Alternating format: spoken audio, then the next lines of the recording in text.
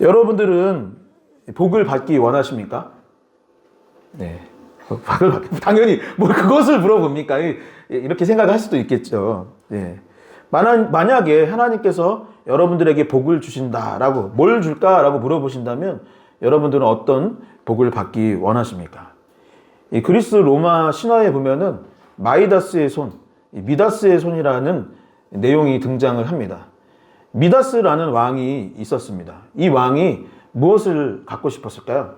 신이 나타나서 너가 원하는 것이 무엇이냐고 물었을 때 이 마이다스 왕은 신이시여 나에게 내 손이 닿는 모든 것이 황금으로 변해. 그래서 내가 부자가 될 수 있었으면 좋겠습니다. 이 나라 내가 왕인데 다 황금으로 도배할 수 있었으면 좋겠습니다. 라고 신에게 요청을 하였고 신이 그것을 들어주었다고 합니다. 그래서 돌멩이를 만진 거예요. 근데 어떻게 됐을까요? 금이 된 거예요. 나무를 만졌는데 어떻게 됐을까요? 나무도 황금 나무로 되었던 거죠. 지금 여러분들 막 미소를 짓기 시작하는데, 나도 그렇게, 금값 올랐는데, 이런 생각을 하면서 미다스 왕이 너무나도 기뻐했던 것이죠. 그런데 문제가 생긴 것입니다. 왜냐하면 집에 간 거예요. 집에 가서 이제 밥을 먹으려고 했는데, 음식에 손을 댔는데, 음식이 어떻게 됐을까요? 금이 된 거예요. 그래서 먹을 수 없게 된 것입니다.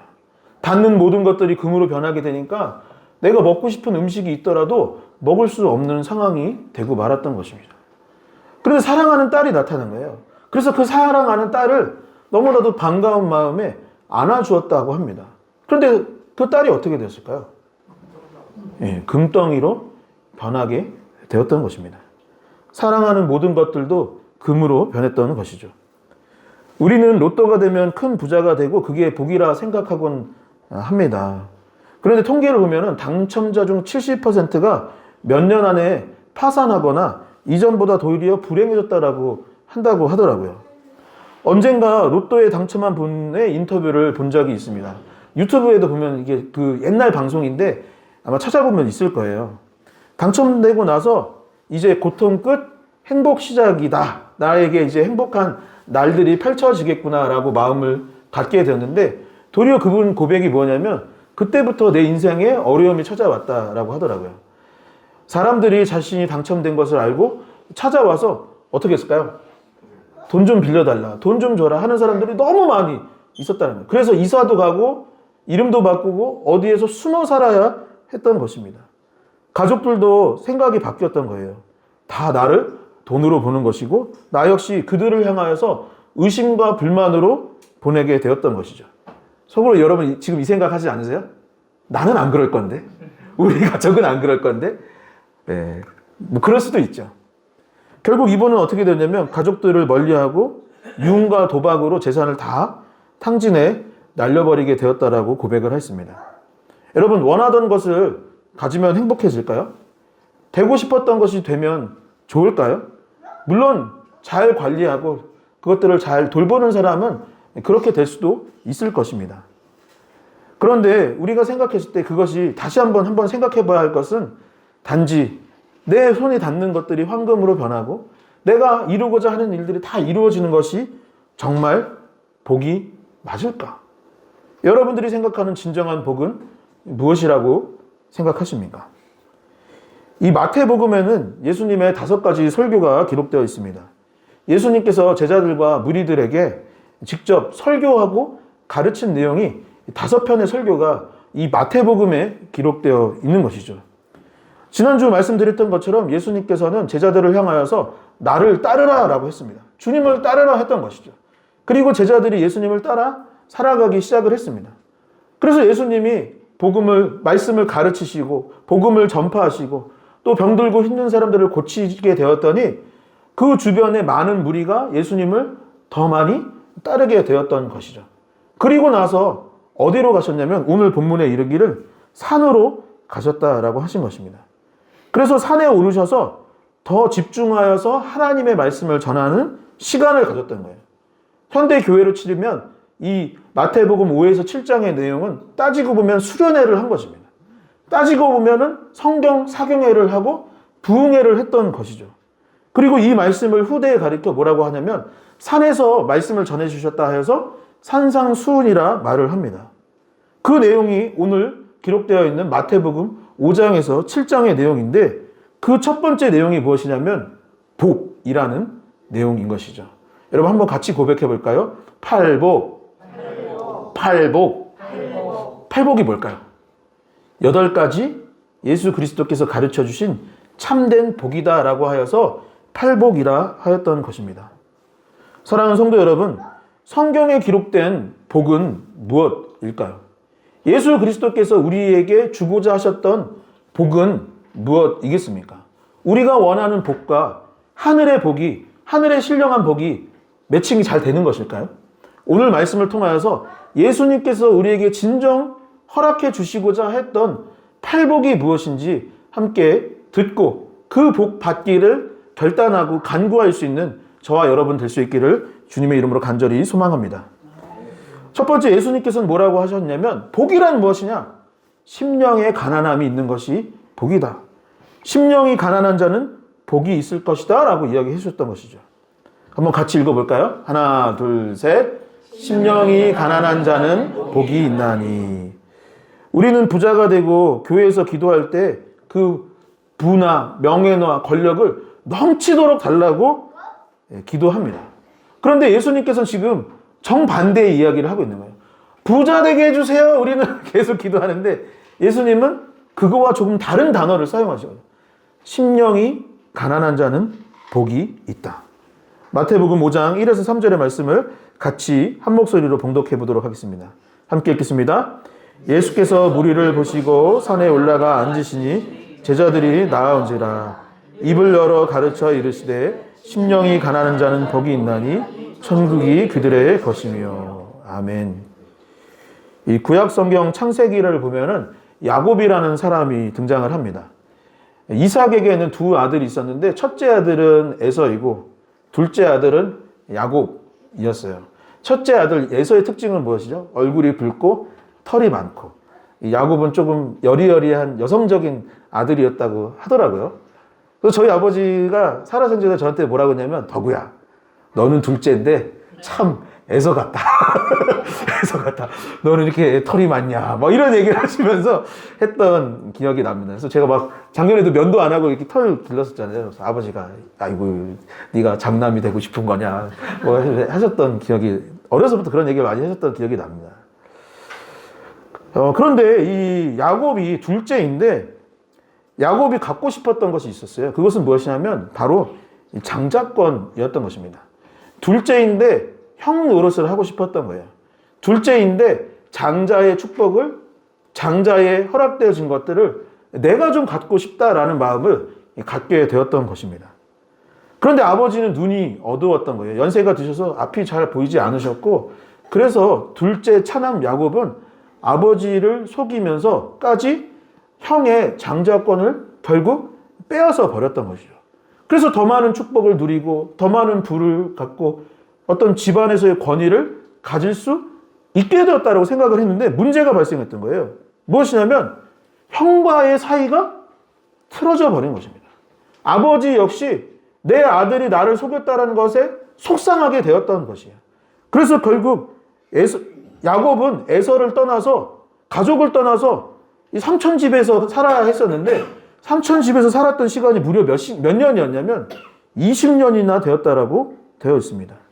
집을 떠나니 어떻게 된다고 하죠? 보통 집 떠나면 고생인 것입니다.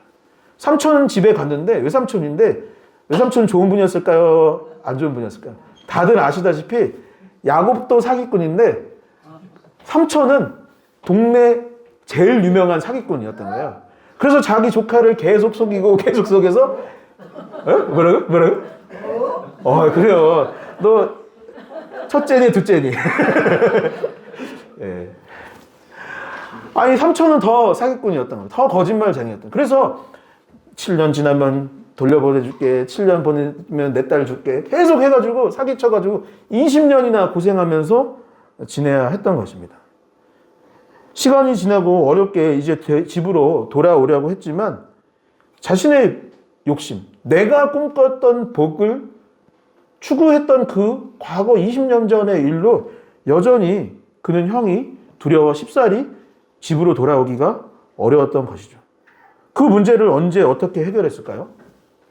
분이엘이라는 곳에 갔을 때 하나님을 만났고 하나님께 매달렸던 것입니다. 하나님, 내가 이러다 죽게 생겼습니다. 나는 형이 두렵습니다. 나는 일평생 사기꾼으로 살았고 거짓말쟁이로 살았는데 과연 내가 어떻게 살아야 했습니까? 하면서 하나님께 매달렸던 거예요. 매달리다가 결국에 환도뼈가 부러지게 되었고 절름발이가 되어 돌아오는 동생을 보며 형의 마음이 누그러져 용서하고 다시 화해할 수 있게 되었던 것이죠.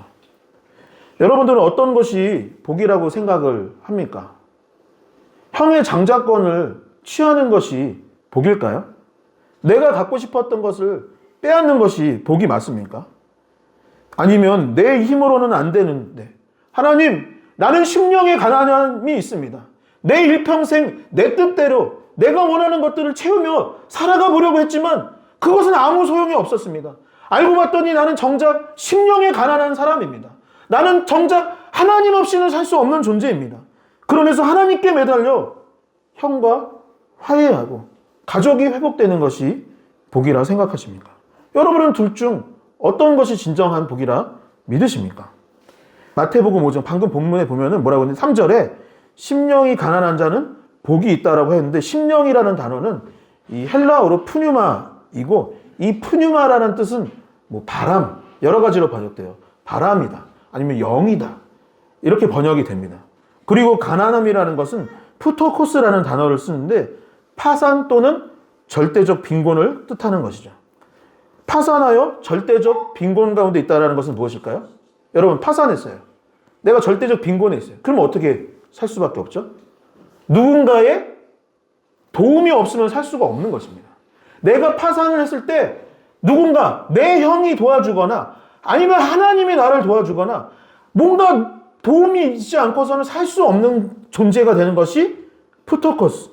심령의 가난함이란 그러니까 어떤 것이냐? 정리하자면 경제적이나 사회적 가난을 의미하는 것이 아니라 영적으로 나는 너무나도 가난합니다. 나는 영적으로 너무나도 목이 마릅니다. 하나님을 의지할 수밖에 없습니다. 하나님의 도움이 아니고는 나는 살 수 없습니다. 하나님 나를 좀 도와주세요. 나를 좀 채워주세요. 나를 좀 긍휼히 여겨주세요. 라고 애타게 간구하는 것이 결국 심령의 가난함인 것이죠. 그런데 이 심령의 가난함이 있으면 결국 무엇을 소유한다라고 되어 있느냐? 오늘 본문에 이르기를 하나님을 소유하게 된다라고 했던 것입니다. 여러분, 내가 심령의 가난함이 시작될 때 처음에는 너무나도 나 스스로 부족하게 느껴질 때가 있을 거예요. 그러나 내가 하나님께 매달리고 하나님을 사모하고 하나님을 더욱더 의지하고 하나님께 기도하며 살아가게 되면 결국에 누구를 소유하게 됩니까? 하나님이 나의 것이 되는 거예요. 하나님, 나는 하나님 말고는 다른 방법으로는 살 수 없습니다. 라고 기도를 하는 그 순간 주님이 우리와 함께하여 주시고 주님이 나와 동행하여 주시는 것이죠. 찬양의 가사 중에 이런 가사가 있죠. 이 시편의 말씀이기도 한데 목마른 사슴 시냇물을 찾아 헤매이듯이 내 영혼 주를 찾기에 갈급하나이다. 이렇게 갈급함으로 살아가는 존재는 결국 무엇이냐? 그 심령의 가난함이 있는 사람은 어떻게 살아가느냐? 결국 천국을 소유하게 되고 하나님의 나라가 내 것이 되고 하나님과 더불어 천국의 삶을 살아가게 되는 것이죠. 야곱이 하나님께 매달렸고 결국 형과 화해하게 되었고 결국 가족이 회복되었습니다. 그 순간 가족은 어떻게 되었을까요? 가정은. 거기가 바로 천국이 되는 것입니다. 그곳이 바로 천국이 되어주는 것이죠. 그 순간 천국을 경험하게 되는 것이죠. 화해하고 사랑하는 것. 우리가 죽어서 가는 것이 천국이 아니라 그 또한 천국이긴 하지만 하나님께 심령의 가난함으로 하나님 나를 도와주세요라고 살아가는 인생 가운데는 하나님께서 역사하여 주시고 우리를 화해하게 하여 주시고 평화를 허락하여 주신다라는 것입니다. 두 번째, 예수님께서는 애통하는 자는 복이 있다라고 하였습니다. 애통해야 한다라는 것은 무엇입니까? 슬피 우는 것입니다. 마음이 아프고 속상해하는 것, 눈물을 흘리는 것이 애통함인데 하나님께서는 그 애통하는 자에게 복을 주신다라고 했던 것이죠. 4절의 말씀도 한번 같이 읽어보도록 하겠습니다. 마태복음 5장 4절입니다. 애통하는 자는 복이 있나니 그들이 위로를 받을 것이며. 아멘. 이 복음서를 보면은 예수님께서 눈물을 흘리고 애통하시는 장면이 등장을 합니다. 예수님은 언제 우셨을까요? 예수님은 언제 애통해 하셨겠습니까? 예수님은 예수님의 친구라 할 수 있었던 나사로가 죽었을 때 눈물을 흘리셨습니다. 나사로가 무덤 가운데 죽어 있다라는 그 소식을 듣고 그 친구가 죽은 것에 대한 애통함이 있었던 것이죠. 그리고 그 가족, 그 누이들이 눈물을 흘리는 그 모습을 보며 나도 그 마음에 공감하며 그들의 슬픔 가운데 함께 했던 것입니다. 또한 예수님은 언제 우셨습니까? 예루살렘 성전을 보시며 우셨습니다. 멸망하게 된 예루살렘 성전, 이스라엘의 죄악으로 인하여서 무너져버린 그 성전을 보며 눈물을 흘리게 되었던 것이죠. 인류의 연약함과 그 죄를 보면서 죄를 향한 애통함이 있었던 것입니다. 세 번째 애통함은 언제였겠습니까? 우리가 지금 사순절을 보내고 있는데 겟세마네 동산에서 예수님은 눈물을 흘리셨습니다.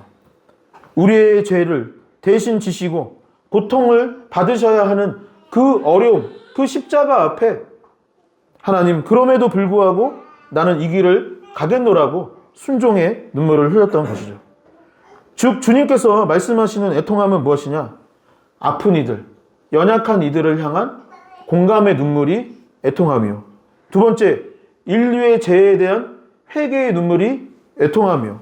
세 번째, 하나님의 뜻을 따르고자 하는 순종의 눈물이 바로 애통함이었던 것입니다. 우리가 신앙생활을 하고 교회에 출석하는 것은 결국 행복하게 살기 위함이 아닐까 싶습니다. 예수 그리스도의 십자가 복음을 믿어서 우리가 구원받아서 결국 누리고자 하는 것은 천국의 영생이요, 그 안에서 행복하게 살아가는 것을 우리는 꿈꾸고 있는 것이죠. 즐겁고 행복하고 하나님의 나라를 경험하는 것. 그래서 신앙생활을 하고 교회에 나오는 것이 우리의 신앙의 목적일 때가 참 많이 있습니다. 데살로니가 전서 5장 16절을 보면 뭐라고 되어 있냐면 항상 뭐라고죠? 기뻐하라고 하셨습니다. 다시 말해서 그리스도인들이 이 생을 살아가는 동안 하나님의 명령, 하나님의 뜻은 무엇이냐면 기뻐하는 인생을 살아가도록 지음받은 것이 우리의 특권이요 의무인 것이죠. 그런데 분명하게 기억해야 되는 것은 무엇이냐면 우리가 기뻐하고 행복하게 살아가야 하는 것은 맞지만 예수님께서는 동시에 무엇을 해야 된다? 애통함이 있어야 한다. 눈물을 흘릴 줄 알아야 한다라고 이야기하고 있는 것이죠. 아니 두 가치가 서로 다르고 누구는 이쪽에서는 성경에서 기쁨과 행복함을 말하는데 이쪽에서는 애통하고 슬프는 것이 우리의 해야 할 일이다. 그래야 복을 받는다라고 하는 것입니다. 여러분 왜 그럴까요? 우리의 눈물의 씨앗이 땅에 떨어질 때 진정한 기쁨의 열매가 맺히기 때문인 것입니다. 우리가 누군가와 공감을 해줄 때 중동 지역의 전쟁을 보면서 나 몰라 하지 아니하고 애통함을 가지며 기도하는 그 순간, 그리고 아직도 예수 그리스도를 알지 못하고 세상 가운데 방황하는 이들을 향한 애통하는 마음이 있을 때, 내 옆에 있는 가족들과 형제자매들이 아직도 천국의 그 영생을 누리지 못하고 세상 가운데 세상에 젖어 살아가는 그 모습을 보며 애통하는 마음이 있을 때, 그 눈물이 있을 때 그제서야 기쁘고 행복함을 진정으로 경험할 수 있는 것이죠. 그러니 어떻게 되는 것입니까? 본문은 이렇게 말합니다. 애통하는 자는 복이 있나니 그들이 위로를 받을 것이며, 애통해야 하는 자는 복이 있나니 그들이 위로를 받을 것이요. 예수 그리스도께서 나사로의 죽음을 보고 애통해 하셨던 것처럼, 예루살렘 성전의 무너짐을 보며 애통해 했던 것처럼, 한국교회의 무너짐을 바라보며 애통해 하는 것처럼, 또한 여전히 세상 가운데 방황하고 있는 이들을 보며 애통해야 하는 것처럼, 저 십자가를 보며 순종의 길을 가며 눈물을 흘렸던 것처럼 우리도 그렇게 눈물을 흘릴 때 참된 위로, 참된 기쁨, 참된 감사가 우리에게 펼쳐진다라고 본문은 말하고 있는 것입니다. 사랑하는 성도 여러분, 예수님과 같이 애통할 수 있는 이 사순절 기간이 될 수 있기를 소망합니다. 눈물을 흘릴 수 있는 시간이 될 수 있기를 소망합니다. 공감과 회개와 순종의 눈물을 흘릴 때 그제서야 주님께서 진정한 위로를 우리에게 허락해 주실 줄 믿습니다. 마지막 세 번째, 예수님께서는 온유한 자는 복이 있다라고 하였습니다. 마태복음 5장 5절의 말씀도 한번 같이 큰 목소리로 읽어보도록 하겠습니다. 함께 읽겠습니다. 온유한 자는 복이 있나니 그들이 땅을 기업으로 받을 것이며. 온유한 자는 복이 있나니 그들이 땅을 기업으로 받을 것이며. 이 온유하다라는 헬라어의 단어는 프라위스라는 단어입니다. 그리고 이 온유함, 우리가 생각했을 때 온유하다라고 하면 어떤 이미지인가요? 좀 나약하고 유약하고, 저 사람은 성격은 좋은데 조금 약한 것 같아, 이런 생각이 드는 단어 중 하나가 온유함일 수 있습니다. 그런데 이 단어는 원래 헬라 시대, 이 그리스에서는 어떤 때 사용되었냐면은 야생마를 길들일 때 사용되었던 단어라고 합니다. 여러분, 자연 속에서 자란 말들은 굉장히 건강하고 빠르다고 합니다. 집에서 키워진 말들은 어떨까요? 이 마구간에 장시간 갇혀 있기도 하고, 훈련이 안 됐을 때는 이 우리에서 시간을 보내다 보니 좀 근육이 적을 수도 있고 여러 부족함이 있을 수도 있는데, 진정한 명마는 어디에 있느냐? 바로 야생마들이 이 진정한 강력한 힘을 가지고 있다고 하는 것이죠. 그런데 말이 아무리 빠르고 건강하여도 사람의 말을 듣지 않으면 아무 소용이 없는 것입니다. 명마는 언제 등장하느냐? 야생에서 빨리 달리는 말이 명마가 아니라 그 명마가 되기 위해서는 사람의 말을 알아듣고 따르는 존재가 되어야 명마가 되는 것이죠. 그래서 사람들이 이 야생마를 잡아다가 길들일 때 사용했던 단어가 바로 프라위스라는 단어이고, 그 단어가 이제 말귀를 알아듣고 순종하기 시작할 때를 프라위스, 즉 온유함이라고 했던 것이죠. 그러니 성경에서 말하는 온유함은 연약한 것이 아닙니다. 연약한 것이 아니에요. 누구보다도 빠르고 강하지만 주인의 말을 잘 듣고 말의 주인과 협력할 수 있는 상태, 즉 길들여진 강함을 말하는 것이 바로 프라위스, 온유함이라는 것이죠. 야곱에게는 12아들이 있었어요. 아까 그 사기꾼 야곱이 훗날 12명의 아들을 낳게 됩니다. 11번째 아들이 요셉이었고, 다들 아시다시피 요셉은 형들에게 버림을 받아서 애굽의 노예로 팔려가게 됩니다. 그리고 시간이 지난 후에 하나님의 은혜로 그는 결국 애굽의 총리가 되었던 것이죠. 당시 가장 번성했던 나라의 실세가 되었던 것입니다. 그리고 가뭄이 들어서 먹을 것이 사라졌을 때 자신을 버린 형들이 이제 요셉을 찾아오게 되었던 거예요. 요셉은 형인지 알았지만 형들은 요셉이 누군지를 모르는 상태였던 거예요. 그리고 찾아가서 먹을 것을 좀 달라. 우리는 지금 가뭄 들어서 먹을 것이 아무것도 없는데 달라고 했던 것입니다. 여러분들이라면 어떻게 하시겠습니까? 나를 배신하고 나를 버린 형들, 나를 공격했던 것들이 기억이 나는 거예요. 그러면 여러분들 어떻게 할까요? 혼내줘야죠. 예끼! 야, 이놈아! 그때 나를 어떻게 했는데, 나는 당신들 때문에 이 고생을 했는데, 나는 아버지와 같이 있을 수도 없었는데 라고 하면서 화를 내야 하지 않았을까요? 그런데 요셉은 그렇게 하지 않았어요. 요셉은 도리어 애통해 했습니다. 다시 만난 기쁨에 눈물을 흘리게 되었어요. 하나님께서 인도해 주셔서 우리가 다시 만나게 되었다 그러면서 울며 서로를 용서하고 안아주었던 것입니다. 그리고 형들과 동생 베냐민과 가족들을 다 애굽으로 오게 하여서 그곳에 있는 땅도 주고 먹을 것도 주고 함께 살아가게 했던 것이죠. 그들의 땅을 주었던 그 모습들, 그곳에서 함께 지냈던 그 모습들이, 여러분, 요셉이 연약해서 그렇게 했던 것일까요? 요셉이 약하기 때문에 형들이 무서워 그렇게 한 것입니까? 마음이 연약하고 유약해서? 아닙니다. 힘들고 어려운 시간을 보내며 하나님께 훈련받고 연단받았기 때문입니다. 그리고 그 안에 그제서야 온유함이 자라나게 된 것이죠. 여러분, 그는 총리가 되었지만 독재자가 아니었습니다. 지혜로운 총리가 되어서 풍년일 때 곡식들을 잘 모으고, 또한 가뭄이 들었을 때는 곡식들을 잘 백성들에게 나누어 먹이도록 했습니다. 그의 온유한 성품으로 인해서 백성들이 그를 사랑하였고 존경할 수 있게 되었던 것이죠. 그래서 가족들이 애굽으로 이주해 왔을 때 총리의 가족이 이곳으로 왔다며 모두 기뻐할 수 있었던 것입니다. 하나님께서는 온유한 자는 복이 있다라고 했습니다. 그리고 여러분들 제일 좋은 내용인 것 같아요. 뭐라고 되었나요? 온유한 자는 뭐를 준다 그랬죠? 온유한 자는 땅을 준다라고 되어 있습니다. 요셉은 삶의 풍파를 겪었지만 가는 곳마다 인정받고 하는 일마다 잘 되었습니다. 형들에게 버림받아 가족과 하나님을 원망하며 일평생 불평불만으로 살아갈 수도 있는 상황과 환경 가운데 있었지만 요셉은 모든 순간 그 온유함을 유지하며 지냈었어요. 그러니 어떻게 되었을까요? 보디발의 집에 있을 때는 그 온유함으로 인하여서 가정 총무가 되었습니다. 감옥에 갇혔을 때는 그 간수를 돕는 사람이 되었습니다.